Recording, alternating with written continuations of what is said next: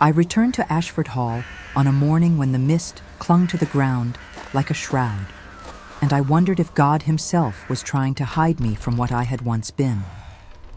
The gates opened with the same iron groan I remembered from 5 years before, and I felt my heart lurch in a way that no amount of prayer had been able to quiet. The carriage rattled over the gravel path, and I held my son's hand tighter than I should have. He was 4 years old, small for his age, with dark curls that fell across his forehead in the same way his father's once did. I had named him Thomas, after my late husband, the man who had given us his name and his kindness, if not his blood. Thomas had been a good man, a gentleman's steward who had loved me without question, and who had died believing the child was his. I had let him believe it. I had let everyone believe it. Now I was returning as a widow, dressed in mourning black that felt both like armor and like a confession. The position of governess had been offered through an intermediary, a distant cousin who knew nothing of my history here. I had accepted it because I had no choice. The small inheritance Thomas left had run dry, and I had a son to feed. That the position was at Ashford Hall, that it was in the household of the Duke of Marlow, that it would place me once again under the same roof as the man who had ruined me and then forgotten me. These were facts I had tried not to think about until the carriage pulled through the gates. The house rose before us like a monument to everything I had lost. It was grand and cold, built of gray stone that seemed to absorb the light rather than reflect it. I remembered the first time I had seen it, when I was 18 and newly employed as a lady's maid to the Duchess. I had thought it beautiful then. Now it looked like a prison. The carriage stopped, and a footman opened the door. I stepped down, lifting Thomas after me, and he clung to my skirts, as he always did in unfamiliar places.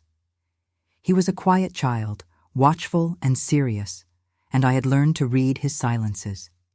He was afraid. I smoothed his hair and whispered that all would be well, though I did not believe it myself.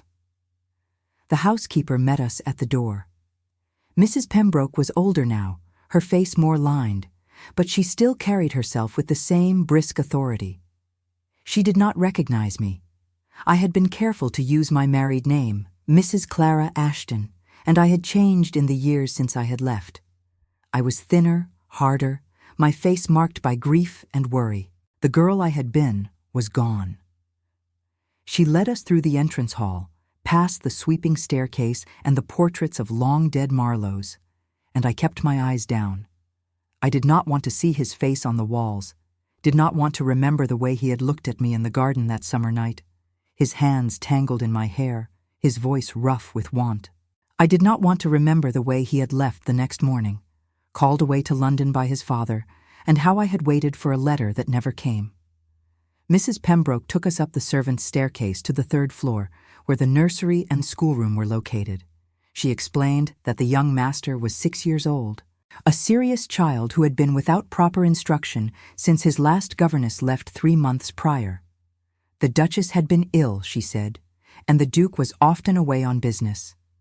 The boy needed structure, discipline, and a firm but gentle hand. I nodded and asked the appropriate questions, though my mind was elsewhere. The young master, the Duke's legitimate son, the child who had everything that mine did not.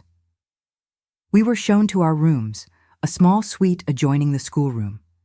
It was plain but clean, with a narrow bed for me and a smaller one for Thomas. There was a window that looked out over the gardens, and I turned away from it quickly. I did not want to see the place where it had happened. Thomas sat on his bed and looked at me with wide, dark eyes. He asked me in his soft voice if we would have to stay here long. I told him I did not know. I told him we would be safe here, that he must be good and quiet and obedient. He nodded, but I saw the way his hands gripped the edge of the blanket, the way his shoulders hunched as if he were trying to make himself smaller. That afternoon, I was summoned to meet the young master. Mrs. Pembroke led me to the day nursery, a bright room filled with toys that looked barely touched. The boy stood by the window, his back to us, and when he turned, I felt my breath catch. He looked like his father. The same sharp features, the same clear gray eyes, the same proud bearing, even at 6 years old. But there was something else in his face, something guarded and sad that no child should carry. Mrs. Pembroke introduced me as Mrs. Ashton, the new governess, and then left us alone. The boy, whose name was James, regarded me with a cool formality that seemed learned rather than natural. He asked me where I had come from, what subjects I would teach, and whether I intended to stay. I answered each question carefully, matching his tone, and I saw something in his expression shift, just slightly. Curiosity, perhaps, or loneliness. I asked him what he liked to study, and he said he did not know. I asked him what he liked to do, and he said he was not sure. I asked him if he had friends, and he shook his head. He said his mother was often unwell, and his father was often away, and that he spent most of his time alone. I felt a pang of sympathy for this child, who had everything and nothing, who lived in a house full of people, and was still so terribly alone. I told him that we would find things he enjoyed, that learning did not have to be a burden, and that I would do my best to make his days less lonely. He looked at me for a long moment, and then he nodded. That evening, I took Thomas to the servants' dining hall for supper. We sat at the far end of the long table, and I kept my head down while the others talked around us. I learned that the Duchess had been confined to her rooms for months, that she rarely left her chambers and saw no one but her personal maid. I learned that the Duke had returned from London only 2 days prior, and that he was expected to remain at Ashford for the winter. My hands shook as I cut Thomas's meat. I had known I would see him eventually, but I had not prepared myself for it to be so soon. After supper, I put Thomas to bed and sat by the window in the darkness. I thought about the girl I had been, the girl who had believed his whispered promises, who had given herself to him in the garden under the summer stars. I thought about the way I had waited for him, my belly growing round while the other servants whispered, and how I had finally understood that he was not coming back. I thought about Thomas the steward, who had offered me marriage and respectability, who had taken me away from Ashford and given my son a name.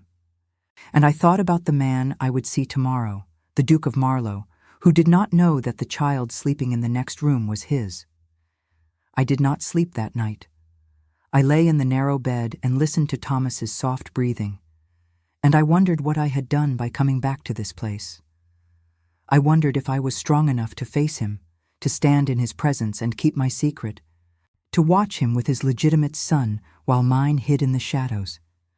But I had no choice. I had nowhere else to go. And so I would stay, and I would keep my silence, and I would pray that the truth remained buried. The next morning, I woke before dawn and dressed carefully. I braided my hair tightly and pinned it at the nape of my neck. I wore my plainest gown, high-necked and severe, and I made sure that nothing about my appearance could be called improper or inviting. I was a widow, a governess, a woman of no consequence. That was all I could afford to be. I brought Thomas to the servants' nursery, where the kitchen maid's daughter agreed to watch him during the day. He did not want to let go of my hand, and I had to pry his fingers away gently. I promised him I would return at midday, and he nodded, but his eyes followed me as I left. I went to the schoolroom and prepared the day's lessons. I set out the primers and the slates, arranged the books on the shelves, and tried to calm the trembling in my hands. I told myself that I would not see the Duke today, that he would be occupied with estate business and would have no reason to visit the schoolroom. I told myself that I was safe here, that he would not recognize me even if he did see me, but I was wrong. At 9 o'clock, the door opened, and he walked in. He was taller than I remembered, broader in the shoulders, his face more lined but still handsome in the cold. Austere way of men who have never had to beg for anything. His dark hair was touched with gray at the temples, and his eyes were the same storm gray I saw every time I looked at my son. He wore a perfectly tailored coat and moved with the easy authority of a man who owned everything he surveyed. He did not look at me at first. His attention was on James, who stood when his father entered and bowed with a stiff formality that made my heart ache. The Duke acknowledged the bow with a nod and asked his son how his studies were progressing. James answered in a careful, measured voice, and I saw the way he held himself rigid, the way his hands were clenched at his sides. Then the Duke turned to me, and our eyes met. I saw no recognition there. He looked at me the way a man looks at a servant, with polite disinterest, his gaze already moving past me to the books on the table. He asked me my name, and I told him. He asked me about my qualifications, and I recited them. He asked me if I understood the importance of discipline and moral instruction, and I assured him that I did. He spoke to me for less than 2 minutes, and then he left. He did not look back. I stood in the empty schoolroom and felt something inside me break and harden at the same time. He had looked at me and seen nothing. The girl he had loved or claimed to love, the girl he had held and kissed and promised to return to, was so completely erased that he could stand 3 feet away from her and not even pause. I had known it would be this way. I had prepared myself for it. But knowing and experiencing are different things, and the pain of his indifference was sharper than I had expected. James was watching me. He asked me if I was unwell, and I realized I had been standing frozen, my hand pressed to my chest. I forced a smile and told him I was fine, that we should begin the day's lessons.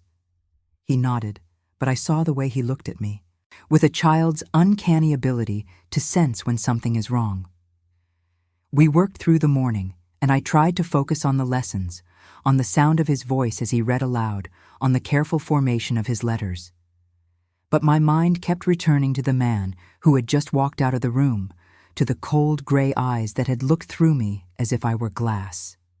At midday, I went to fetch Thomas from the servants' nursery. He ran to me and buried his face in my skirts, and I held him tightly, breathing in the scent of his hair.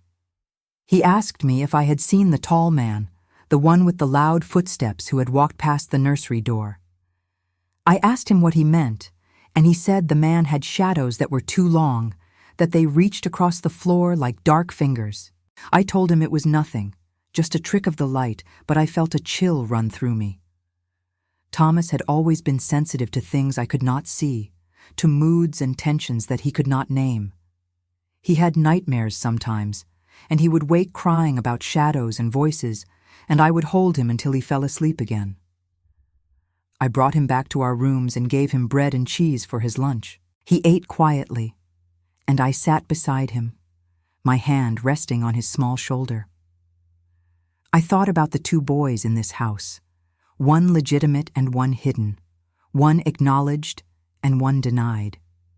I thought about the father who knew one and not the other, and I wondered what would happen if he ever learned the truth.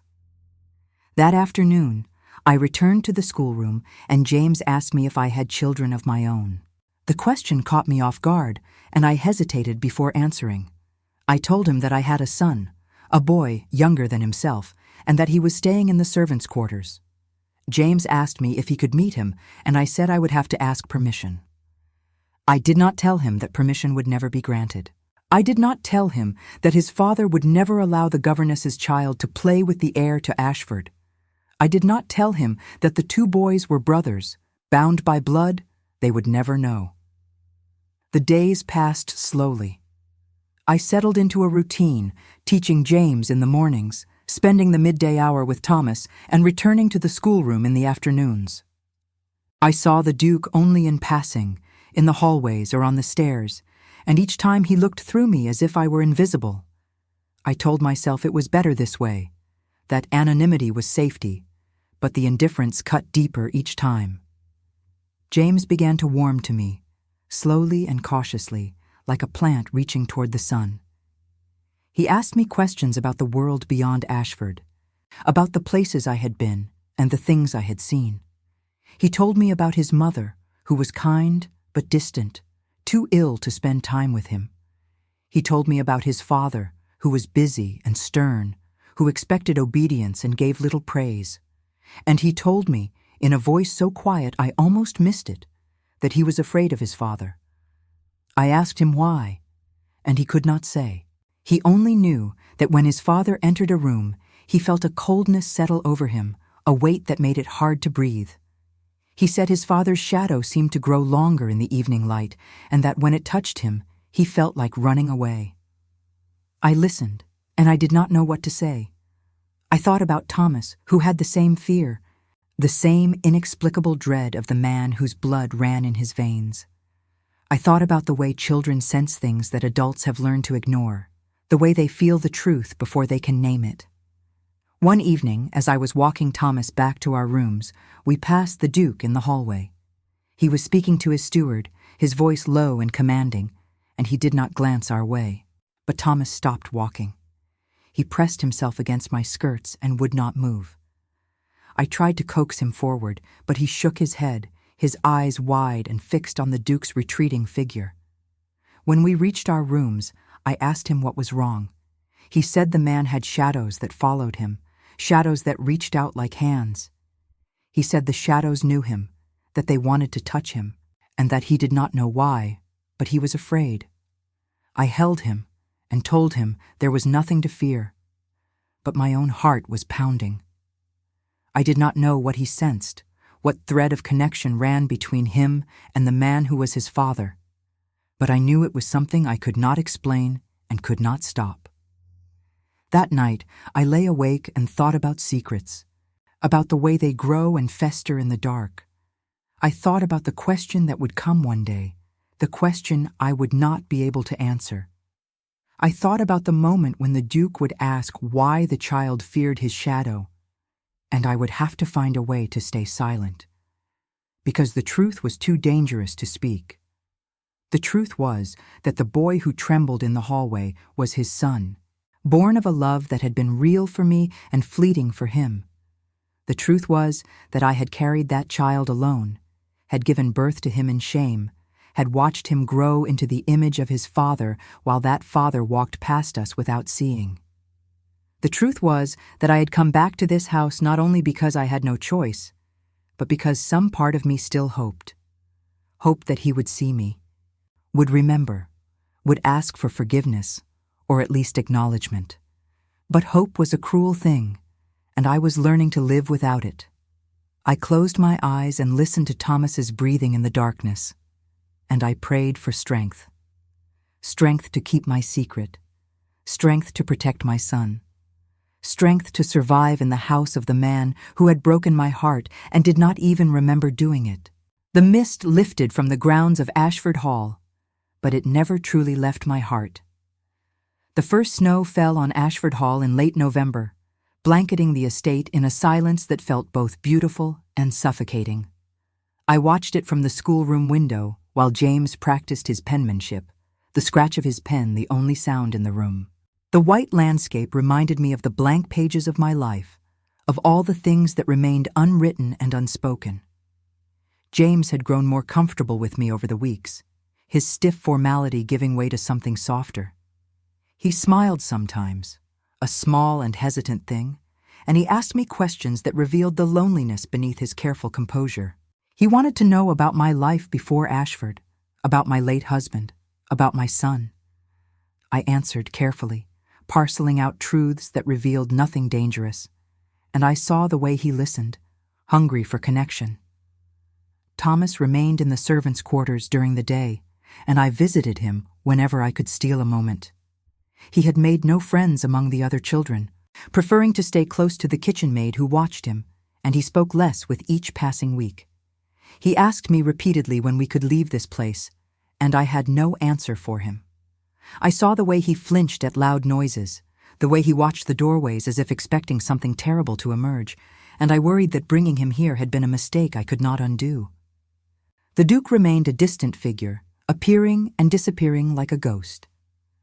I learned his patterns, the times when he rode out to inspect the tenants' farms, the evenings when he shut himself in his study with his correspondence and his brandy. I learned to avoid the corridors when I knew he would be passing through, and I became expert at making myself invisible. But there were moments when our paths crossed, despite my efforts, and each time I felt the same sharp pain of recognition that was entirely one-sided. He looked at me sometimes with a faint puzzlement, as if I reminded him of something he could not quite place, but the moment always passed. I was a servant beneath his notice, and that was both my protection and my torment. One afternoon, Mrs. Pembroke summoned me to her sitting room. She told me that the Duchess wished to meet the new governess, and that I was to present myself in her chambers at 4 o'clock. My heart lurched. I had avoided the Duchess as carefully as I had avoided the Duke, knowing that she might remember me where he did not.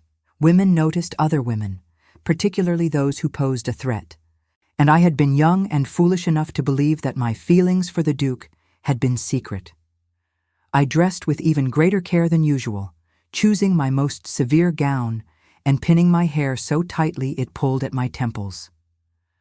I looked at myself in the small mirror and saw a stranger, a woman hardened by time and circumstance, and I prayed that she would see only the governess and nothing more. The Duchess's chambers were in the East Wing, a suite of rooms I had once helped to clean when I was a maid.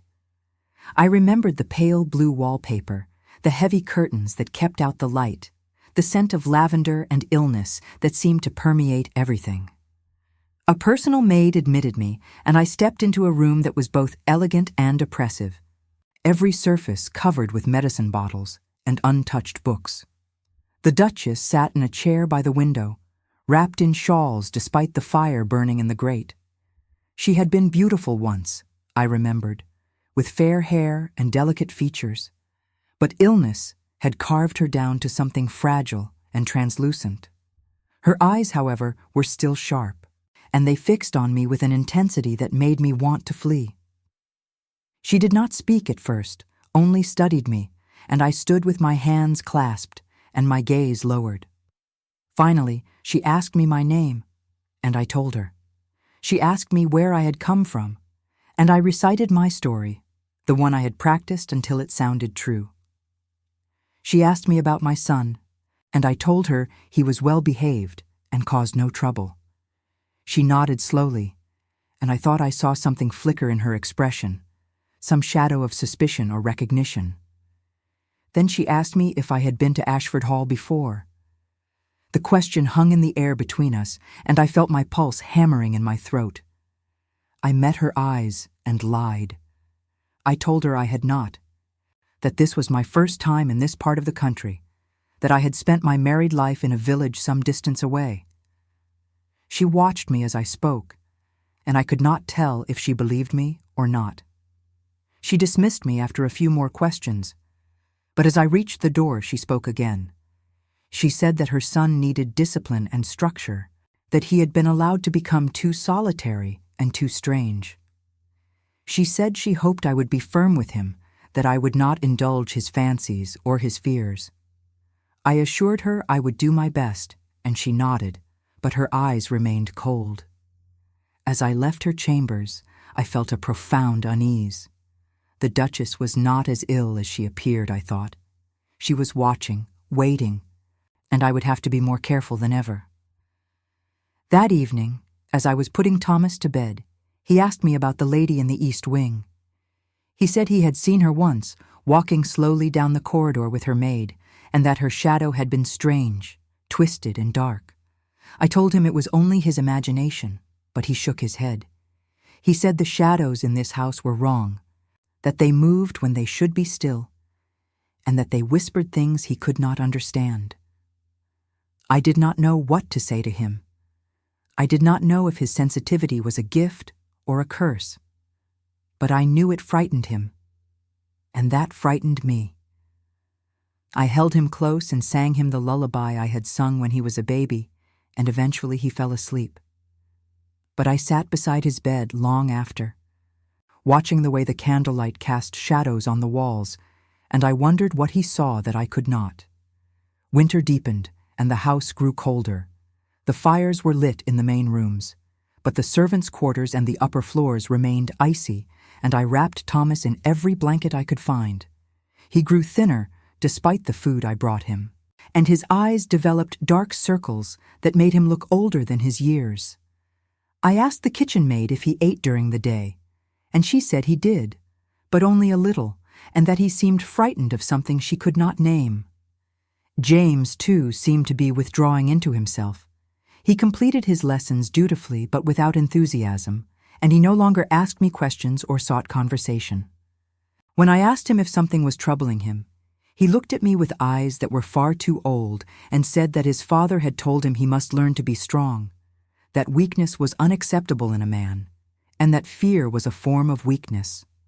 I felt a surge of anger at the Duke, at his coldness and his cruelty, but I kept my voice gentle as I told James that fear was not weakness, that it was a natural thing, and that even the bravest men felt it.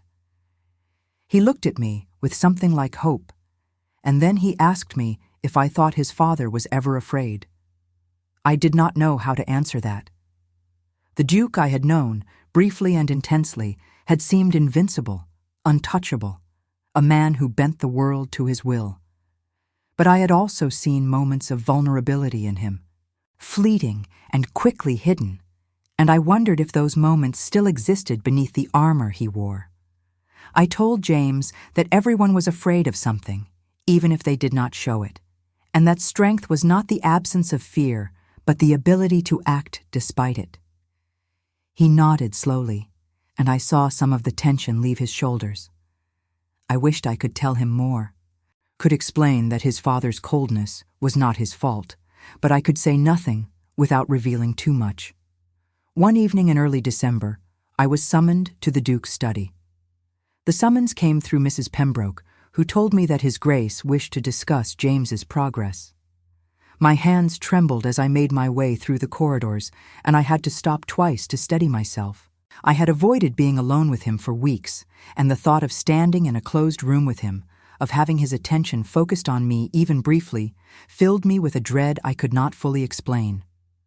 The study was a masculine room, all dark wood and leather, the walls lined with books and maps. The Duke sat behind a massive desk, papers spread before him, and he did not look up when I entered.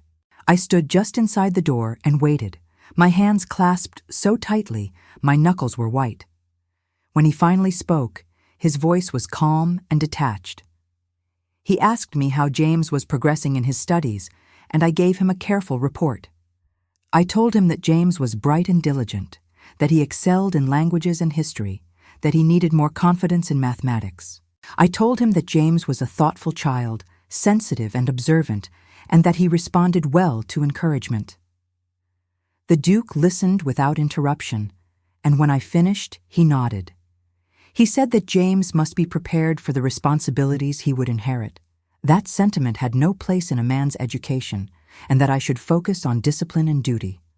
I agreed, because I had no choice, but something in me rebelled at the coldness of his words.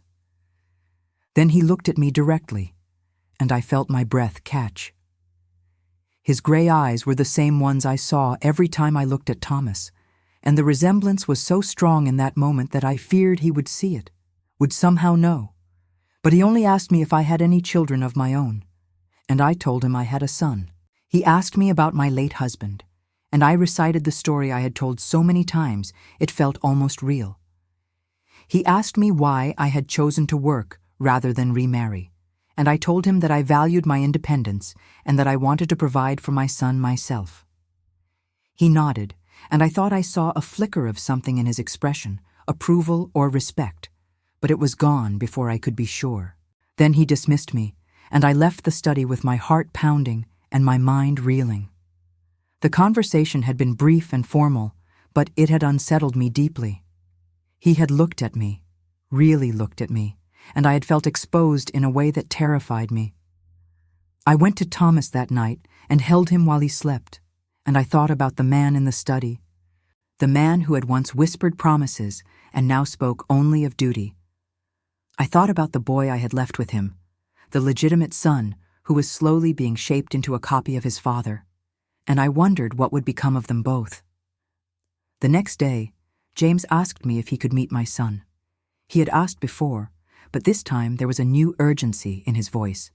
He said he was lonely, that he had no one to play with, and that he thought it would be nice to have a friend.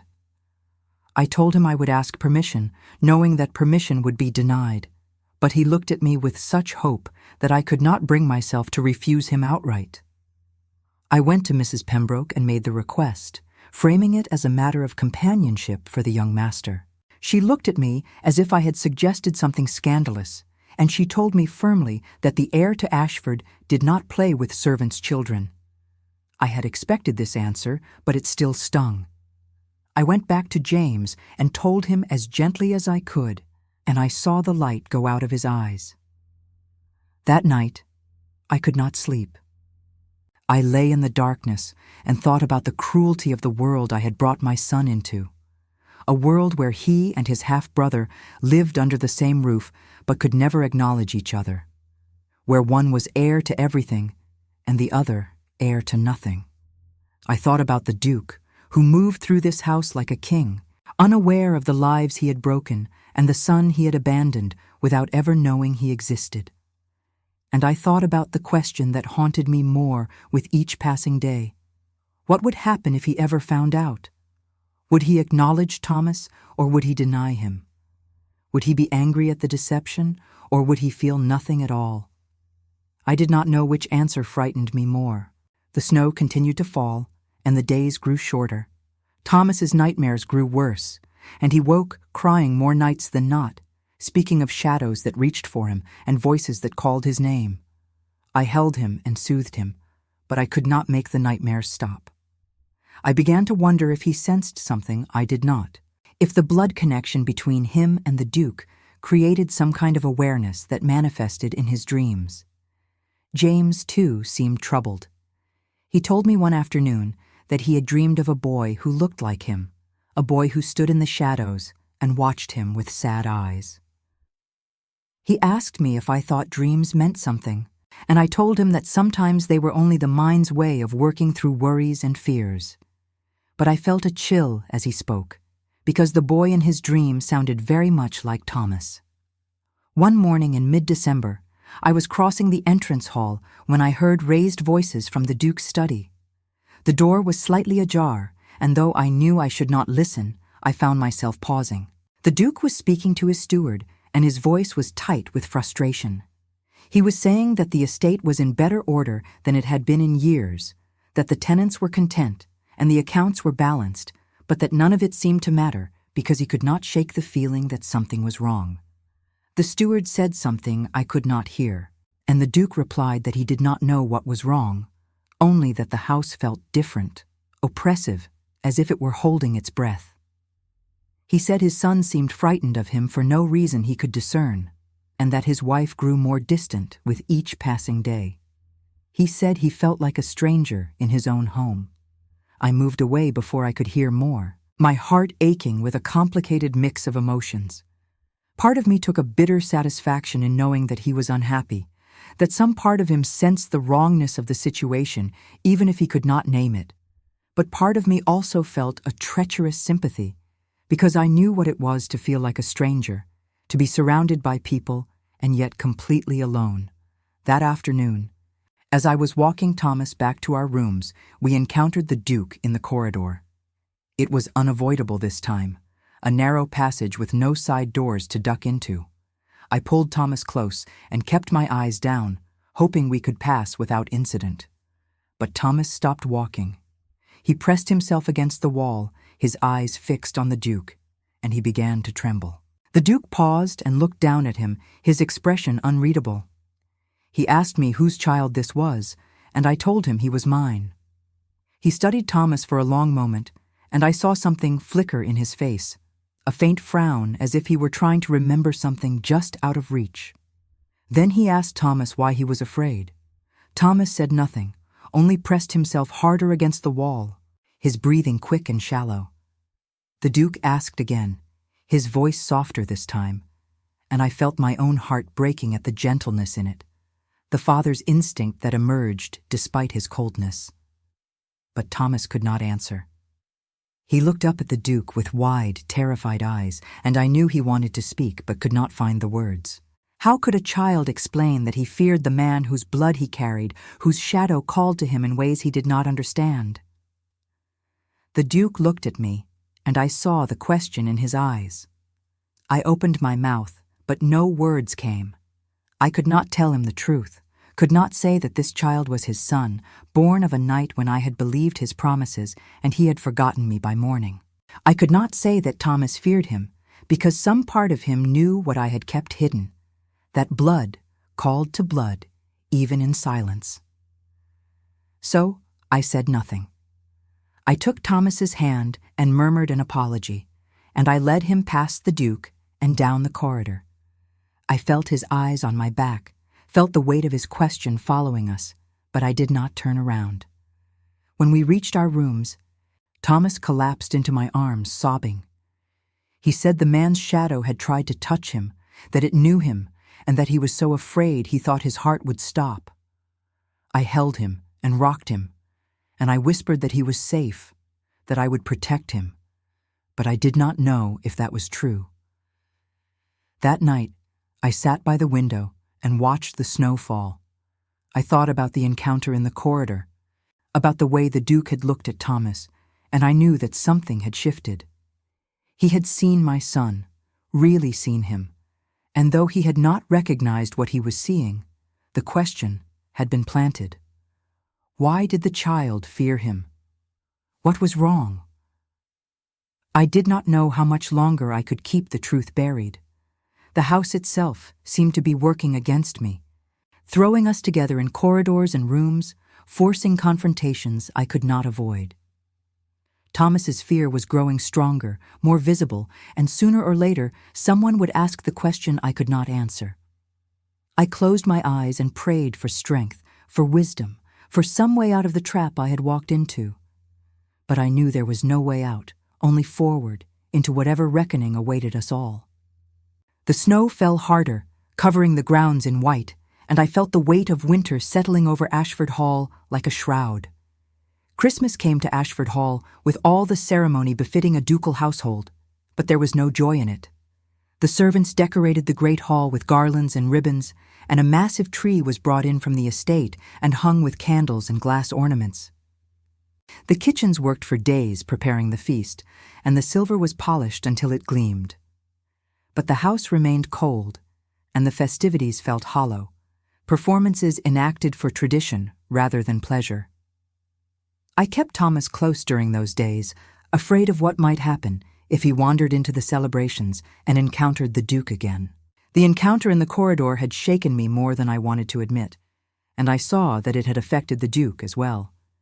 He appeared more often in the upper floors, passing through the schoolroom hallway at odd hours, his expression distant and troubled. I wondered if he was thinking about the child who had cowered from him, trying to understand why a servant's son would react to him with such terror. James was meant to attend the Christmas dinner with his parents, a formal affair in the dining room where he would be expected to sit quietly and display perfect manners. He dreaded it, I could tell, and on Christmas Eve he asked me if I thought his father would be angry if he made a mistake. I told him his father would be proud of him, but I did not believe my own words. The Duke expected perfection, and James, for all his intelligence and good breeding, was still just a child, anxious and desperate for approval he would never receive. The dinner took place on Christmas night, and I spent the evening in our rooms with Thomas. We had our own small celebration, bread and cheese and a bit of cake the kitchen maid had saved for us. Thomas was quieter than usual, and when I asked him what he was thinking, he said he wished we could leave this place. He said the shadows were getting worse, that they followed him even in daylight now, and that he heard whispers in the walls at night. I tried to reassure him, but my own unease was growing. The house did feel different, oppressive and watchful, as if it were alive and aware of the secrets it held. I found myself looking over my shoulder in empty corridors, feeling eyes on me when I knew I was alone. I told myself it was only my guilt manifesting, my fear of discovery, but it felt like something more. Late that night, long after Thomas had fallen asleep, I heard footsteps in the corridor outside our rooms. They were slow and deliberate, pausing outside our door, and I held my breath and waited. After a long moment, they moved on, but I did not sleep for the rest of the night. I lay in the darkness and wondered who had been standing there and what they had been listening for. The next morning, Mrs. Pembroke summoned me. She told me that the Duchess wished to see me again, and that I was to come immediately. My stomach clenched with dread, but I had no choice. I followed her to the east wing, to those pale blue chambers that smelled of lavender and sickness, and I was admitted to the Duchess's presence. She sat in the same chair by the window, but today she seemed stronger, more alert. Her eyes were sharp and cold as they fixed on me, and I knew before she spoke that something had changed. She dismissed her maid with a wave of her hand, and we were alone. She asked me how long I had been at Ashford, and I told her. She asked me if I was satisfied with the position, and I said I was grateful for the opportunity. Then she leaned forward slightly and asked me if I had ever met the Duke before coming here. My heart stopped. I felt the blood drain from my face, but I forced myself to meet her eyes and lie. I told her I had not, that I had never seen him before arriving at Ashford. She watched me as I spoke, and I saw that she did not believe me. She told me that she had been thinking about my face, that there was something familiar about it, and that she had finally remembered where she had seen me before. She said I had been a maid here years ago, before her marriage to the Duke. She said I had left suddenly, without notice, and that there had been talk among the servants about why. I felt the trap closing around me, but I kept my voice steady. I told her she must be mistaken, that I had never worked at Ashford before. She smiled, a thin and bitter smile, and she said that perhaps she was mistaken about the face, but that she was certain about one thing. She said there was a child in the servants' quarters who looked remarkably like her husband, and that she wondered how that could be. The words hung in the air between us, an accusation she had not quite made, but that we both understood. I stood frozen, unable to speak, unable to think of any defense that would not confirm what she already knew. She told me that she had been ill for a long time, that the illness had made her weak and distracted, but that she was not blind. She said she had seen the way I looked at the Duke, the way I avoided him, and the way my son trembled in his presence. She said she did not know the full story, but that she knew enough. Then she asked me what I wanted. Did I want to destroy her marriage, to claim my son as the Duke's, to take what was not mine? I shook my head, tears burning in my eyes, and I told her I wanted nothing. I told her I had come here because I had no other choice, that I would leave immediately if she wished it, and that I would take my secret to my grave. She studied me for a long time, and I saw something in her expression shift. Not softening exactly, but a kind of weary understanding. She told me that she had been the Duke's wife for 8 years, and that in all that time he had never looked at her the way she suspected he had once looked at me. She said their marriage was one of duty, cold and empty, and that she had long since stopped hoping for more. She said her son was all she had, and that she would protect him from scandal at any cost. I told her I understood, and I meant it. I had no desire to harm James, who was innocent in all of this. I told her that my son and I would leave as soon as arrangements could be made, and that we would never speak of this to anyone. But she shook her head. She said that if I left suddenly, questions would be asked, and that my departure might draw more attention than my staying. She said that as long as I kept my distance from the Duke, as long as I made no claims and caused no trouble, I could remain at Ashford. She said it was better to have me where she could watch me than to have me somewhere unknown, possibly talking to people who might listen. It was a prison sentence disguised as mercy, and we both knew it, but I had no choice. I agreed to her terms, and she dismissed me with a warning. If I ever gave her reason to doubt my discretion, if I ever approached the Duke or allowed my son near him, she would destroy me and claim my son was a bastard born of some unknown man. She had the power to do it, and I had none to stop her. I left her chambers with my hands shaking and my mind racing. I had been discovered, or close enough to it, and now I was trapped more completely than before. The Duchess would be watching me, and I would have to be more careful than ever. But more than that, I felt a deep and terrible sadness for her. She was as much a victim of the Duke's coldness as I was, married to a man who gave her nothing but duty, living in a house that felt like a tomb. I went to Thomas and held him close, and I told him we would have to be very careful, that we must stay quiet and unseen. He nodded against my chest, and I felt his small body trembling. I wondered what kind of life I was giving him, what kind of future he could have in the shadows of this house, and I felt the weight of my choices crushing me. That evening, I was in the schoolroom with James when the Duke entered. It was unexpected, and I had no time to compose myself. He looked at me, and I saw in his eyes the same troubled expression I had seen before. He asked James to leave us for a moment, and my heart began to race. When we were alone, he asked me about my son. He said he had been thinking about the encounter in the corridor, about the child's fear, and that he could not understand it. He said he had done nothing to frighten the boy, had barely spoken to him, and yet the child had reacted as if he were facing a monster. I told him that Thomas was a sensitive child, easily frightened, and that he had been through much in his short life. The Duke asked me what I meant, and I told him about my husband's death, about the hardship we had faced, about the way Thomas had learned to be wary of the world.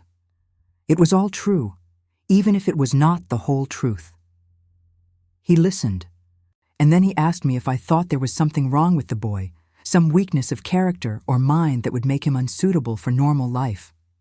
The question angered me, and before I could stop myself, I told him that there was nothing wrong with my son, that his fear came from a place of deep sensitivity and not weakness, and that perhaps the world would be a better place if more people felt things as deeply as he did. The Duke looked at me with surprise, and I realized I had spoken too boldly, had let too much emotion show. I lowered my eyes and apologized for my tone, but he waved the apology away. He said he found my honesty refreshing, that too many people told him only what they thought he wanted to hear, and that he appreciated a woman who spoke her mind. Then he asked me a question that stopped my breath. He asked me if I had ever been in love, the kind of love that changed everything, that made the world feel different. I did not know how to answer. I could not tell him that yes, I had been, and that he was the one I had loved, that he had been the world to me for one brief summer and then nothing at all. I told him I had loved my husband, which was true in its way, though it was not the kind of love he was asking about. He nodded, but I saw disappointment in his face, as if he had hoped for a different answer. Then he said something that made my heart ache. He said he had loved once, long ago, and that he had been too young and foolish to understand what he had. He said he had let duty and family expectations pull him away from something real, and that he had regretted it every day since. I stood frozen, unable to speak, unable to breathe. He was talking about me.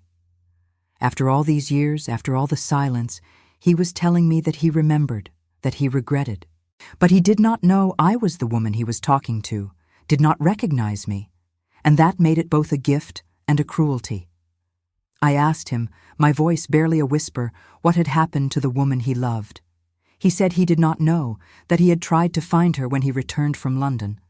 But she had left Ashford, and no one knew where she had gone. He said he had looked for her for months, had made inquiries, but it was as if she had vanished. He said he had eventually given up and married as his father demanded, but that he had never forgotten her. I wanted to tell him. I wanted to throw off the disguise of years and grief and say that I was here, that I had been here all along, that the woman he loved was standing 3 feet away from him. But I thought of the Duchess's warning, of the power she held over me, and of the son sleeping in the servants' quarters who bore his father's face. I thought of the scandal that would destroy us all, and I said nothing. Instead, I told him that perhaps the woman he loved had found happiness elsewhere and that he should make peace with the past. He looked at me with those gray eyes that I saw every time I looked at Thomas, and he said that perhaps I was right, but that some ghosts never stopped haunting. He left after that, and I stood alone in the schoolroom and wept. I wept for the girl I had been, who had believed in promises whispered in the dark. I wept for the man he might have been if circumstances had been different, and I wept for the impossibility of it all, for the truth that lay between us like a chasm that could never be crossed. That night, I sat by Thomas's bed and watched him sleep. His face was peaceful for once, no nightmares disturbing his rest, and I studied the features that marked him so clearly as his father's son. The dark curls, the straight nose, the stubborn set of his jaw even in sleep. How could the Duke not see it? How could he look at this child and not know? But I realized that people see what they expect to see, and the Duke would never expect to find his son in the servants' quarters, born of a woman he thought had disappeared. The disguise of class and circumstance was more powerful than any physical resemblance, and as long as I maintained the fiction, we would remain invisible to him. The days after Christmas were gray and cold. The decorations came down, the guests departed, and the house settled back into its usual silence. I continued my lessons with James, and I watched as he grew more withdrawn with each passing week. He spoke less, smiled less, and there was a heaviness about him that no child should carry. One afternoon, he asked me if I thought people could be related without knowing it. The question caught me off guard, and I asked him what he meant. He said he had been thinking about families, about blood and connection, and he wondered if it was possible for two people to be family and not know. He said he sometimes felt like he knew things without understanding how he knew them, like there were threads connecting him to people and places he could not see. I told him that sometimes people did feel connections that were hard to explain, that the human heart knew things the mind could not understand. He nodded, and then he said that he thought my son might be his brother, that he had dreamed it, and that in the dream it felt true. I felt the color drain from my face. I asked him why he thought such a thing, and he said he did not know, only that when he had seen Thomas that one time in the corridor, he had felt something, a pull or a recognition. He said their faces were similar, that they had the same coloring, and that he wondered if perhaps we had been a family before, in some other time. I told him gently that his imagination was very active, that dreams were only dreams, and that Thomas was my son and no one else's. But I saw that he did not quite believe me, that some part of him knew the truth even if he could not name it. Children were like that, I had learned. They sensed the things adults tried to hide, the truths that lived beneath the surface of polite lies. That evening, I encountered the Duke again, this time in the portrait gallery where I had gone to escape the confines of the schoolroom. He was standing before a painting of his father, the old Duke, a stern-faced man who radiated authority even in oil and canvas. He did not hear me approach, and I might have slipped away unnoticed if he had not turned at that moment. He asked me what I was doing there, and I told him I had needed a moment of quiet, that I hoped I was not intruding. He said I was not, that the gallery was open to all who lived in the house, even governesses. Then he asked me if I liked paintings, and I told him I did, that I found them fascinating, the way they captured a moment or a person and held them forever. He gestured to the portrait before him and said that this was his father, a man who had ruled Ashford and everyone in it with an iron will. He said his father had decided everything about his life, whom he would marry, what responsibilities he would take on, even which friends he could keep. He said he had rebelled once, briefly, and that his father had crushed that rebellion so thoroughly he had never tried again. I understood then what he was telling me without saying it directly. His father had discovered his relationship with the maid, with me, and had sent him away. His father had forbidden him to return, to write, to make any contact, and the young man he had been had not been strong enough to defy that command. By the time he had gathered the courage to come back, I was gone, and it was too late. I wanted to be angry at him, to blame him for his weakness, but I found I could not. I had seen the old Duke, had felt the force of his will, and I knew what it meant to be powerless against such authority. The Duke had been young, dependent on his father for everything, and he had chosen obedience over love. It was a choice I could not forgive, but I could understand it. He asked me if I thought people could be forgiven for the mistakes of their youth, for the times they had chosen wrongly out of fear or weakness. I told him that forgiveness was possible for anything if there was true remorse and if the person had changed. He nodded slowly, and I saw something in his face that looked like hope. Then he asked me a question that made my heart stop. He asked me if I believed in second chances, if I thought it was possible to find again what had been lost, even after years had passed. I did not know what to say. Part of me wanted to tell him yes, wanted to believe that love could be rekindled, that the years and the pain could be overcome. But I looked at him and saw a man who still did not recognize me, who spoke to me of the woman he had loved without knowing she stood before him. And I knew that some things were lost forever. I told him that second chances were rare and precious, and that when they came, they should not be wasted. He looked at me intently, and I thought for a moment that he would say something more, something that would change everything. But then a servant came to summon him to some estate business, and the moment passed. I left the gallery and returned to my rooms, and I found Thomas sitting on his bed with his arms wrapped around his knees. He looked up at me with frightened eyes and said that the shadows had followed me, that they were angry, and that something bad was going to happen. I held him and told him everything would be all right, but I did not believe my own words. The shadows were closing in. I could feel it.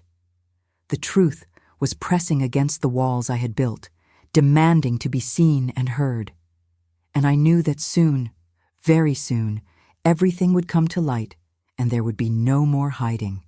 The truth came out on a morning in late January, when the frost covered the windows like lace, and the house was so cold that even the fires could not warm it.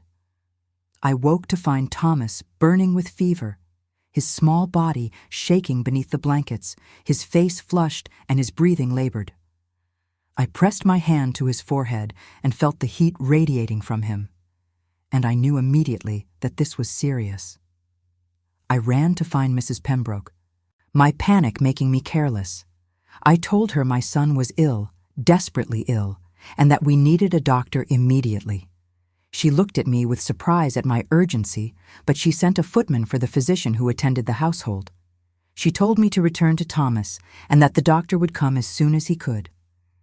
I went back to our rooms and sat beside Thomas's bed, bathing his forehead with cool water and whispering prayers I was not sure anyone would hear. He drifted in and out of consciousness, sometimes calling for me, sometimes speaking words that made no sense. Once he opened his eyes and looked at me with such clarity that it frightened me, and he said that the shadows were coming for him, that they wanted to take him home. The doctor arrived within the hour, a gray-haired man with kind eyes and steady hands. He examined Thomas thoroughly while I stood by, wringing my hands and trying not to weep. When he finished, he told me that Thomas had a severe lung fever, that the next few days would be critical, and that I must keep him warm and give him the medicines he would prescribe. He said the boy's constitution was weak, that he had clearly not been thriving, and that I should prepare myself for the possibility that he might not recover. I felt the floor tilt beneath me. I asked the doctor if there was anything more that could be done, anything at all, and he said that prayer and constant care were all we had now. He left the medicines and instructions, and then he was gone, and I was alone with my dying son. I did not leave Thomas's side for the next 3 days. I gave him the medicines at the prescribed times, bathed his fevered body, held water to his lips when he could drink. I barely slept, dozed only in the chair beside his bed, and I prayed more desperately than I had ever prayed in my life. I begged God to spare him, to take me instead, to give him the chance at life that he deserved. Mrs. Pembroke came to check on us, bringing broth and fresh water. She told me that I must rest or I would fall ill myself, but I could not leave him. She asked me if there was anyone I wanted to send word to, any family who should know, and I told her there was no one. We were alone in the world, Thomas and I, and if he died, I would have nothing left. On the second day of his fever, James came to the door. I heard his soft knock and opened it to find him standing in the corridor, his face pale and worried. He asked me if it was true that my son was ill, and I told him it was. He asked if he could see him, and I started to refuse, but something in his expression stopped me. He looked so young and so frightened, and I realized that he cared, that in his lonely life my son had become important to him even though they had barely met. I let him in, warning him to be quiet, and he approached the bed where Thomas lay. He looked down at my son's flushed face, at the dark curls damp with sweat, and I saw something shift in his expression.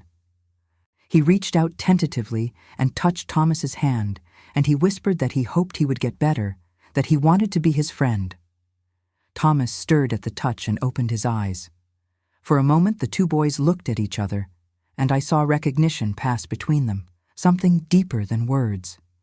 Thomas smiled, just a little, and James smiled back. And then Thomas's eyes closed again, and he drifted back into fever dreams. James turned to me and asked me if Thomas was going to die. I told him I did not know, that we were doing everything we could, and that sometimes these things were in God's hands. He nodded, and then he said something that made my heart stop. He said that Thomas looked like him, like they could be brothers, and he asked me if I saw it too. I told him he was imagining things, that fever and worry were making him see connections that were not there. But he shook his head and said that he knew what he saw, that he had always been good at seeing true things, even when people tried to hide them. Then he asked me directly if Thomas was his brother, if we were related somehow, and I felt the words catch in my throat. Before I could answer, the door opened and the Duke walked in. He had come to inquire after the sick child, Mrs. Pembroke having informed him of the situation, and he stopped when he saw James by the bed. He asked what James was doing there, and James said simply that he had come to see his friend. The Duke's eyes moved from James to Thomas, and I saw the moment when he truly looked at my son for the first time. I saw his face go still, saw the color drain from his cheeks, and I knew that he had seen what I had tried so hard to hide.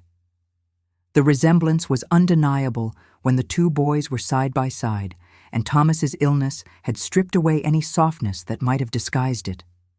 He looked exactly like his father, like his brother, and there was no mistaking it.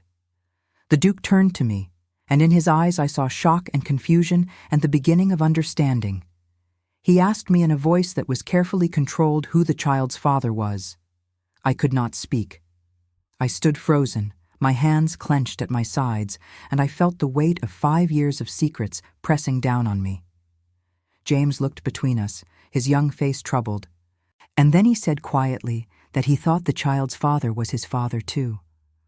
The words fell into the silence like stones into water, sending ripples that could not be called back.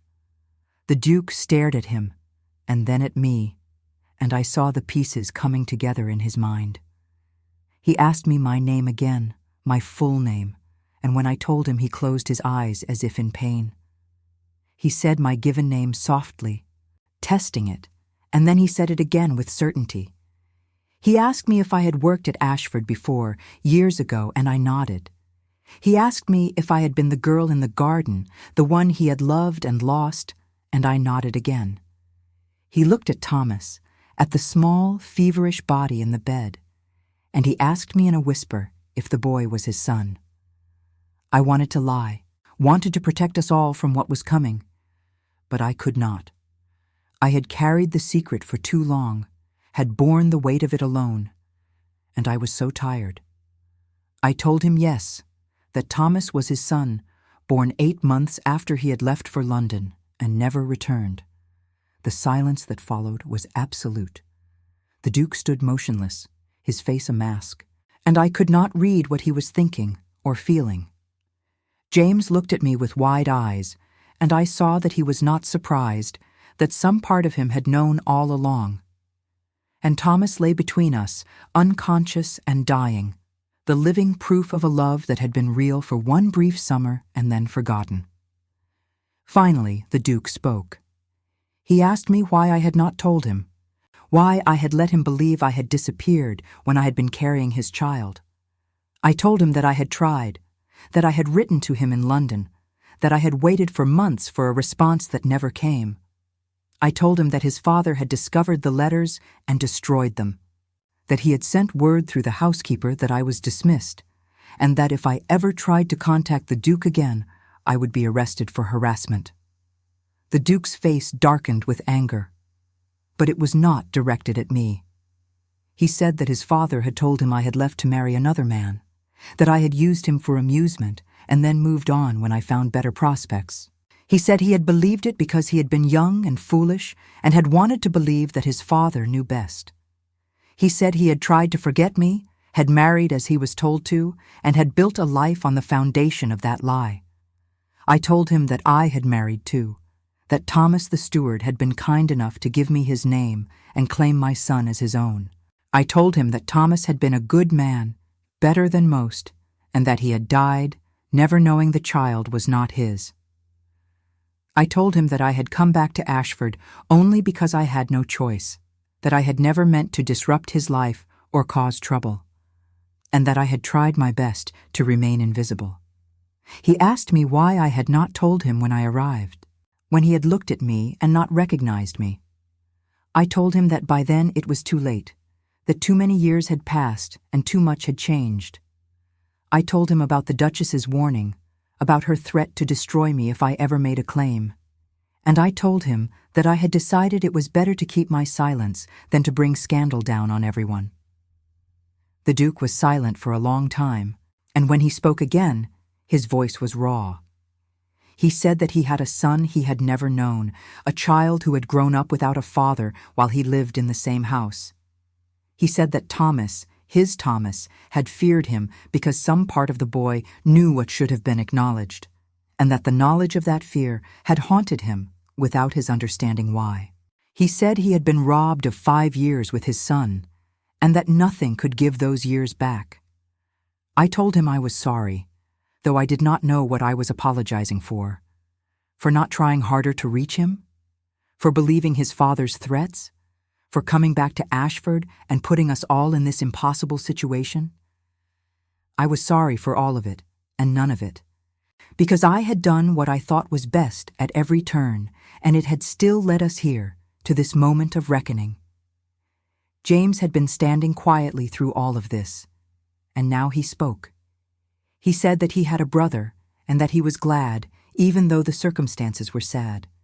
He said he had always wanted a brother, and now he had one, and that we should focus on making sure Thomas got well instead of arguing about the past. The wisdom of his words shamed us both. The Duke looked at his legitimate son, this child of duty and coldness who nevertheless had a generous heart, and I saw something break in his expression.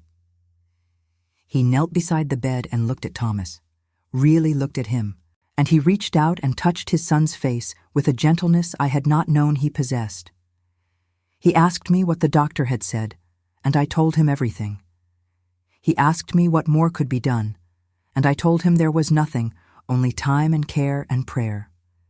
He nodded slowly, and then he said that he would send for another doctor, the best physician in London if necessary, and that we would do everything possible to save the boy. He said that Thomas was his son, and that he would not lose him now that he had found him. I wanted to believe him, wanted to hope that the fever would break and that Thomas would survive, but I had learned not to count on hope. Still, I felt something ease in my chest, some burden I had carried alone for so long that I had forgotten what it felt like to share it. The Duke knew now. The truth was out, and whatever happened next, I would not be facing it alone. The Duke left to send for the London physician, and James stayed with me. We sat on either side of the bed, watching Thomas breathe, and I felt the strangeness of the moment. The two brothers, one legitimate and one not, keeping vigil together over the truth that bound them. James asked me if I had loved his father, and I told him I had once, very much. He asked me if I still loved him, and I told him I did not know, that love was complicated and that time changed everything. He nodded as if he understood, though I doubted he could, and then he said that he thought his father still loved me, that he had seen it in his face when he realized who I was. I did not know what to say to that. I did not know what I felt for the Duke anymore, whether it was love or grief or simply the exhaustion of carrying secrets for too long. I knew only that something had shifted, that the walls between us had come down, and that we would have to find a way forward through the wreckage. The London physician arrived the next morning, a renowned doctor who had treated royalty. He examined Thomas with the same thorough care as the first doctor, and he prescribed additional treatments and stronger medicines. He told us that the fever was at its crisis point, that the next 12 hours would determine whether the boy lived or died, and that we must not leave his side. The Duke took up residence in a chair in the corner of our small room, refusing to leave despite my protests that it was not proper. He said he did not care about propriety, that his son was dying and he would be there when he woke or when he passed. I saw the determination in his face and did not argue further. We kept the vigil together, the Duke and I and James, watching over Thomas as the hours crawled past. Sometimes the Duke spoke, asking me about Thomas's life, about the things he liked and the words he said and the moments I remembered. I told him stories, small things that seemed insignificant, but that were all I had to offer. I told him about the first time Thomas smiled, about the way he loved to watch the birds in the garden, about how he hummed when he was content and how he cried silently when he was sad, trying not to be a burden. The Duke listened to every word as if it were precious, and I saw tears in his eyes that he did not try to hide. He said he had missed everything, all the small moments that made a life, and that he could never get them back. I told him that if Thomas survived, there would be new moments, new memories to make, and that perhaps that was a kind of second chance. Night fell, and the fever raged on. Thomas tossed and turned, crying out in his delirium, and I held his hand and whispered to him that I was there, that his father was there, that he was not alone. I do not know if he heard me, but I needed to say it, needed to believe that somehow the words would reach him. And then, in the darkest hour before dawn, the fever broke. Thomas's breathing eased, his body cooled, and he fell into a deep and natural sleep. The London physician checked him and declared that the crisis had passed, that the boy would likely recover, and that we had been fortunate beyond measure. I collapsed into my chair and wept with relief.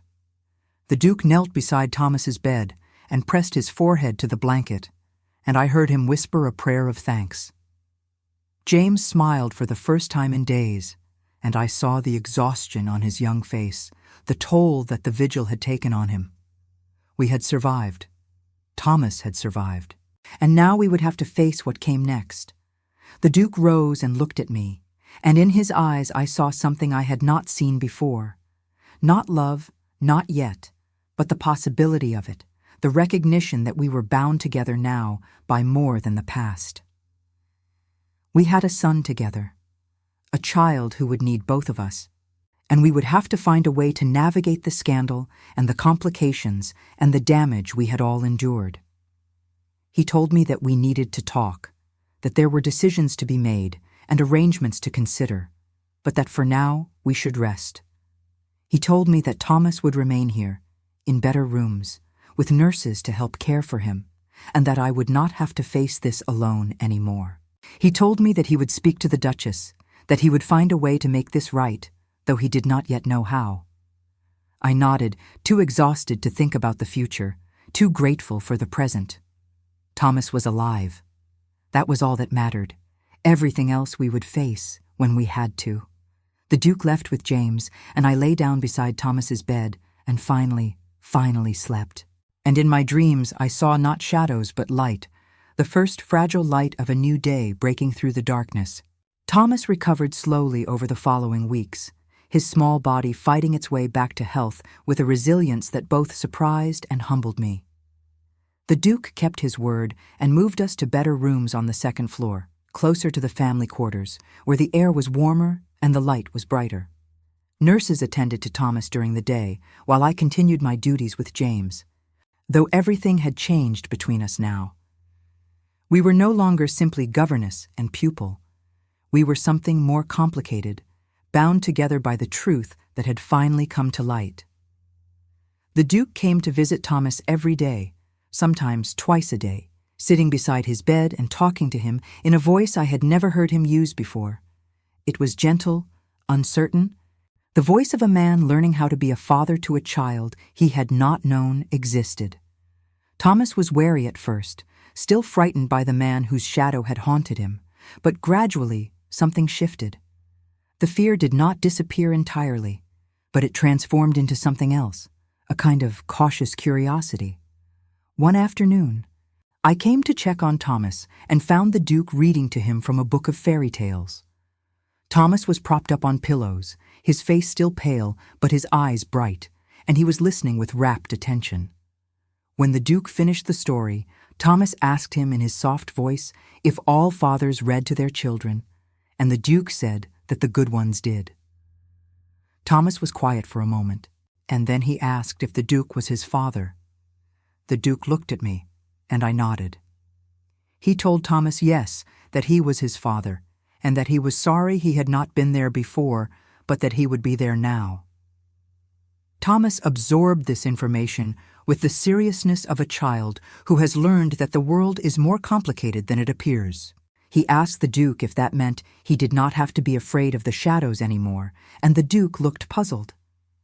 I explained about Thomas's sensitivity, about the way he had always sensed things he could not name, and the Duke nodded slowly.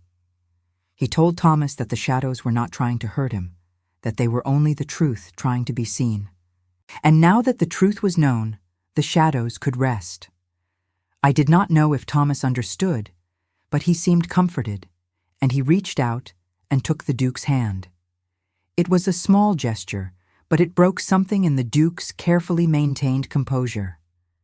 He held Thomas's hand as if it were the most precious thing in the world, and I saw tears in his eyes that he did not try to hide. He told Thomas that he loved him, that he would always love him, and that he would spend the rest of his life making up for the time they had lost. Thomas smiled just a little and said that he loved him too, and I had to leave the room because I could not bear the weight of my own tears. The Duchess, as I had expected, did not take the revelation well. The Duke went to her chambers and told her everything, and though I was not present, I heard later from the servants that her screams could be heard throughout the East Wing. She accused him of betrayal, of bringing shame upon their house, of caring more for a bastard child than for his legitimate son. She threatened to leave him, to take James with her, to tell everyone in society what he had done. But the Duke, for perhaps the first time in his marriage, stood firm. He told her that Thomas was his son and would be acknowledged, that he would provide for him and ensure his future, and that if she chose to leave, that was her decision, but she would not take James from him.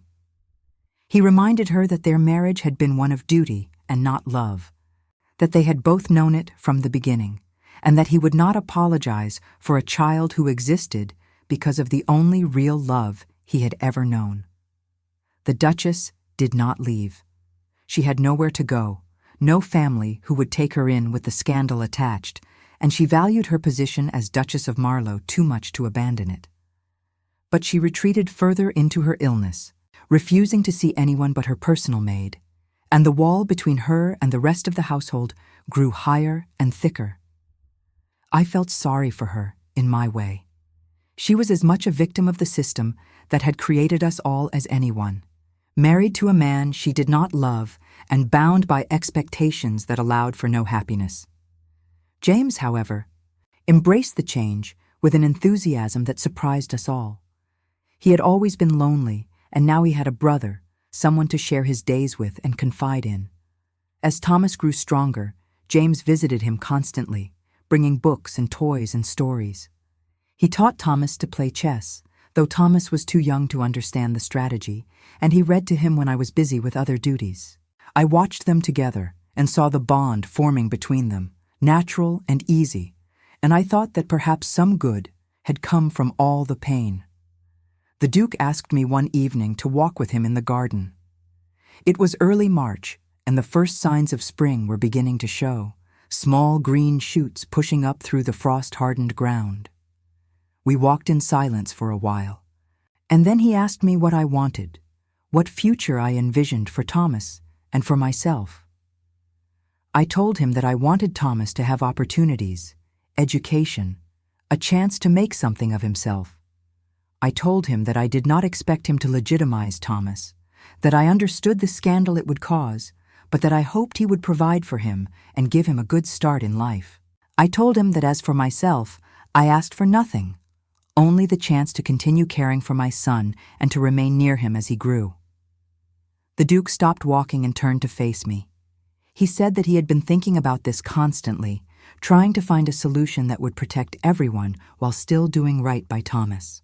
He said he could not legitimize Thomas without destroying James's inheritance and bringing scandal upon the family, but that he could do something else.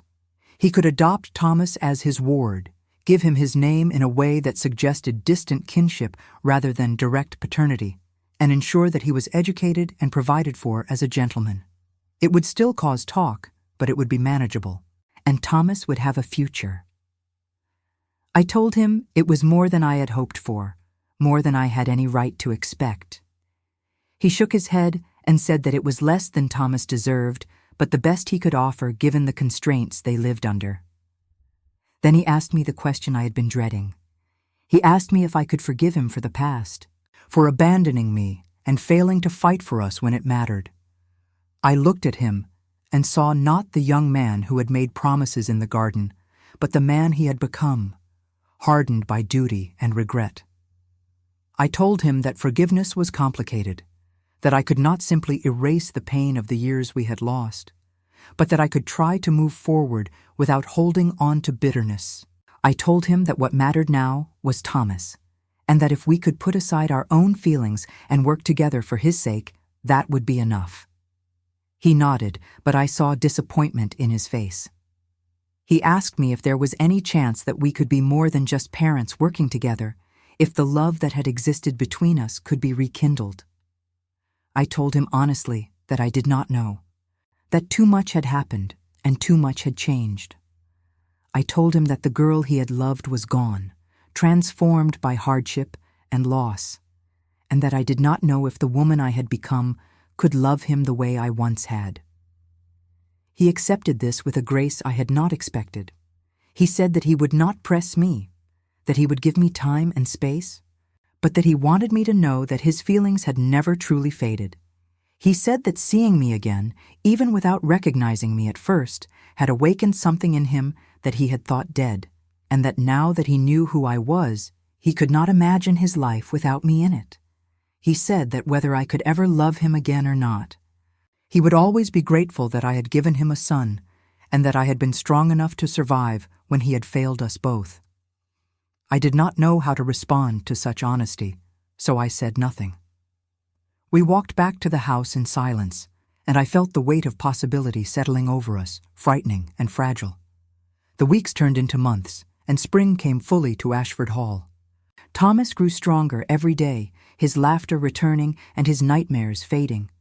The shadows that had haunted him seemed to retreat, as if the truth had indeed set them to rest. He spent his days with James, learning and playing, and slowly becoming the child he should have been all along. The Duke's plan was put into motion, and Thomas was formally adopted as the Duke's ward, explained to society as the orphaned son of a distant cousin. There was talk, of course, whispers and speculation, but the Duke's position was strong enough to weather it. I found myself in a strange position, no longer quite a governess, but not quite a member of the family either. The Duke insisted that I be given better rooms and treated with respect, but I still took my meals in the servants' hall and maintained the fiction of my role. It was awkward and uncomfortable, but I did not know what else to do. I was neither fish nor fowl, and I felt the weight of people's stares and their questions. James helped ease the transition. He insisted that I continue to teach him, that I was the best instructor he had ever had, and he made it clear to anyone who would listen that I was important to him. He had always been a serious child, but now I saw glimpses of joy in him, moments when he laughed freely or ran through the gardens with Thomas without worrying about propriety or expectations. The Duke noticed it too, and one evening he thanked me for giving his son back his childhood. I told him that James had done that himself, that he had chosen to open his heart despite everything, and that we could all learn from his example. The Duke smiled, a real smile that reached his eyes, and I felt something shift in my chest. It was not love, not yet, but it was the recognition that perhaps it could be, given time and patience and the willingness to try. The Duchess remained isolated in her chambers, and I heard that she spent her days writing letters to her family and reading religious texts. The Duke visited her dutifully but without affection, and I wondered what conversations passed between them. I hoped that she would find some measure of peace, though I doubted it. She had lost her husband's attention, such as it was, and she had gained nothing in return. It was a tragedy of a different kind, and I could not help but feel compassion for her, even as I knew she wished me gone.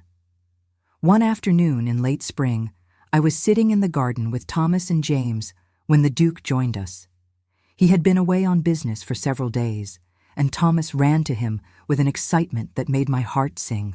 The Duke caught him up and swung him around, and Thomas laughed with pure delight. James watched with a smile, and I saw the contentment in his face. He had gained a brother and found a measure of happiness, and I was grateful for that, if nothing else. The Duke set Thomas down and came to sit beside me on the bench.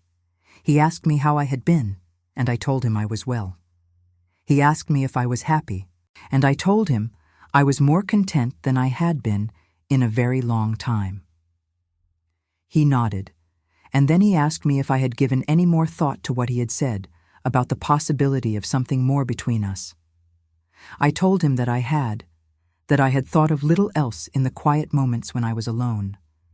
I told him that I was afraid, that I did not know if I was strong enough to risk my heart again after it had been so thoroughly broken. I told him that I had spent 5 years building walls around myself, learning to need no one and expect nothing, and that those walls were hard to tear down. He took my hand, and I let him. He said that he understood fear, that he had lived with it his whole life, fear of failure and judgment and disappointing the people who mattered. He said that he had let fear rule him once when he had left me and not fought to come back, and that he had paid for it every day since. He said that he did not want to live in fear anymore, that he wanted to choose love and hope and the possibility of happiness, even if it meant risking pain.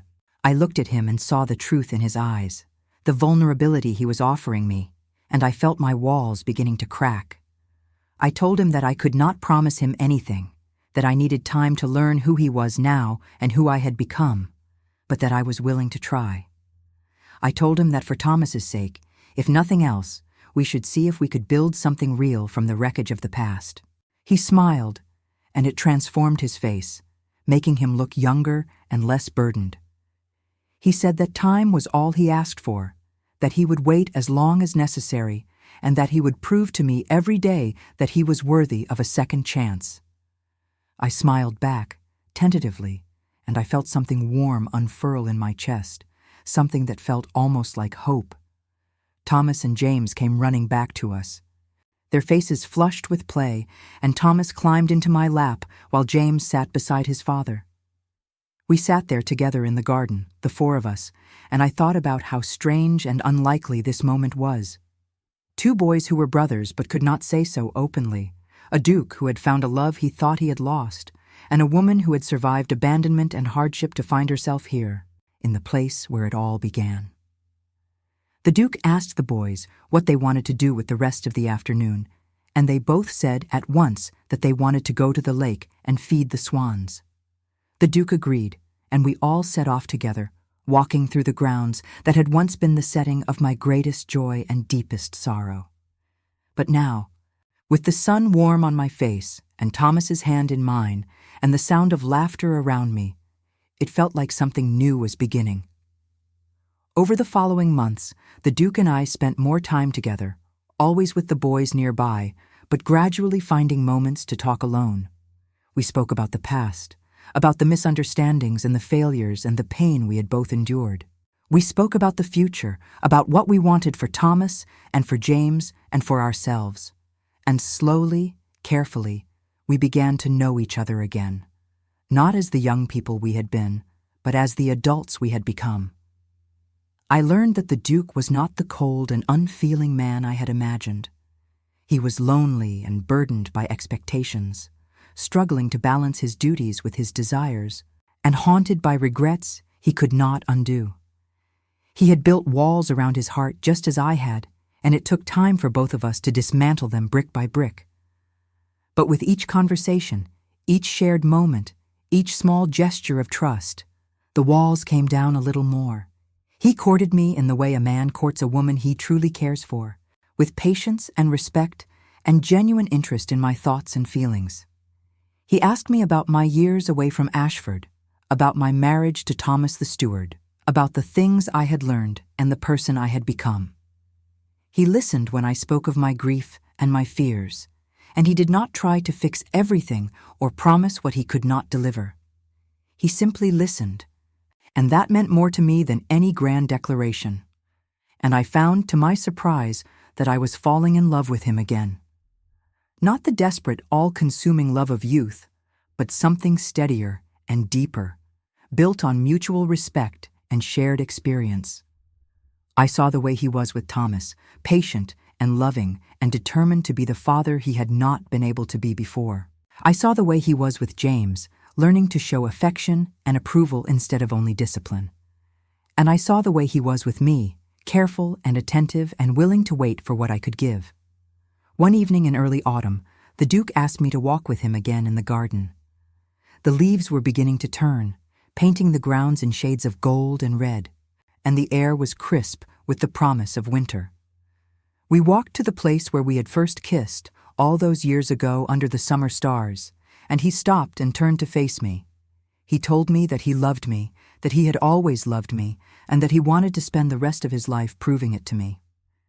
He said that he knew the situation was complicated, that society would judge us, and that there would be challenges ahead, but that he believed we could face them together.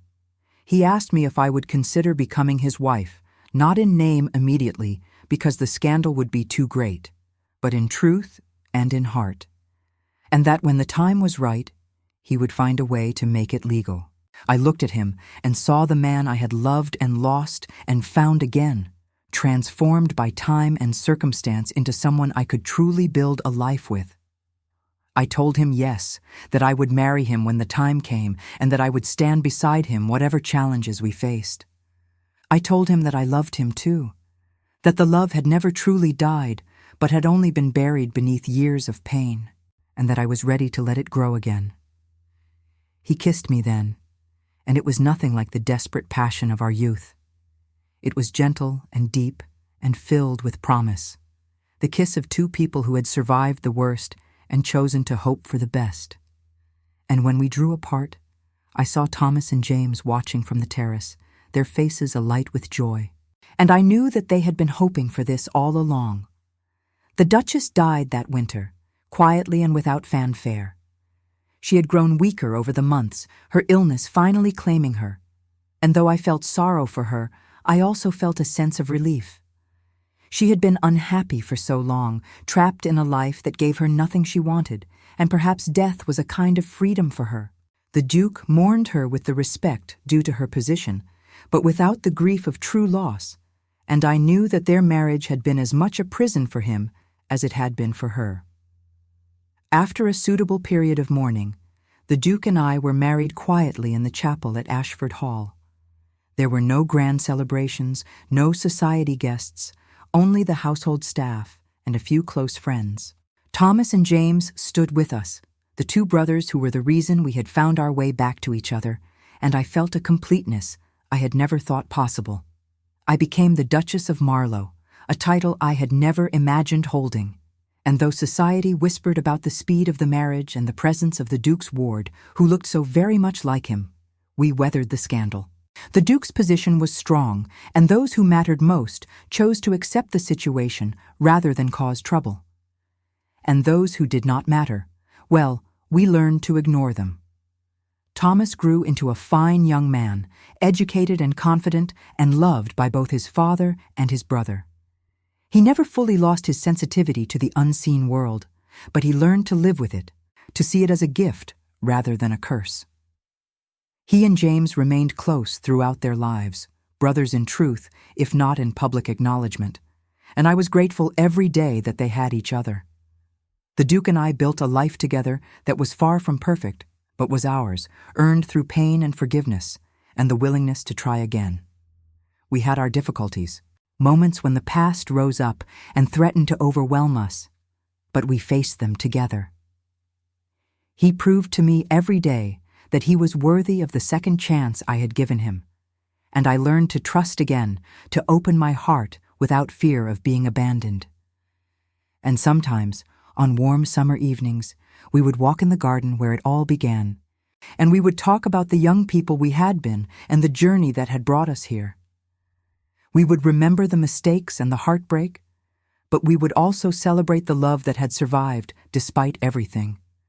We would think about the children we had raised together, the life we had built, and we would know that though the path had been hard, it had been worth it.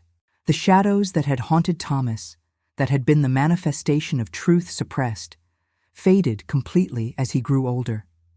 He told me once that he thought the shadows had been his way of knowing what I could not tell him, his soul's way of recognizing the Father he could not name. And perhaps he was right. Perhaps the truth always finds a way to be known, even when we try our hardest to bury it. I lived the rest of my life as the Duchess of Marlow, a position I had never sought and sometimes found uncomfortable, but I wore it as best I could. I raised my sons, both of them, and I loved my husband with a depth and steadiness that surprised us both. And when I was old and my time came, I looked back on my life and saw that though it had been marked by loss and pain, it had also been filled with love and redemption. The Duke asked me once, near the end, if I had any regrets. I told him that I regretted the years we had lost, the time we could have spent together if circumstances had been different, but that I did not regret the journey that had brought us to each other. I told him that sometimes the hardest paths lead to the most beautiful destinations, and that I would not trade what we had built together for anything. He held my hand and told me that he loved me, that he had always loved me, and that loving me had been the best and truest thing he had ever done. And I told him the same, and I meant it with every fiber of my being. The girl I had been, young and foolish and full of hope, would never have imagined this ending. She would have been devastated to know the pain that lay ahead, the years of loneliness and struggle. But she would also have been amazed to know that love could survive such trials, that it could be lost and found again, and that happiness was possible even after the deepest heartbreak. And so I pass from this life with gratitude for the love I received and the love I gave, for the sons who brought me joy, and for the man who asked why the child feared his shadow and then stayed to learn the answer. The truth set us free, painful as it was, and in the end, we found our way home to each other. The mist that had greeted me when I first returned to Ashford Hall lifted at last, and in its place was clarity, warmth, and the enduring light of love that had been tested and proven true.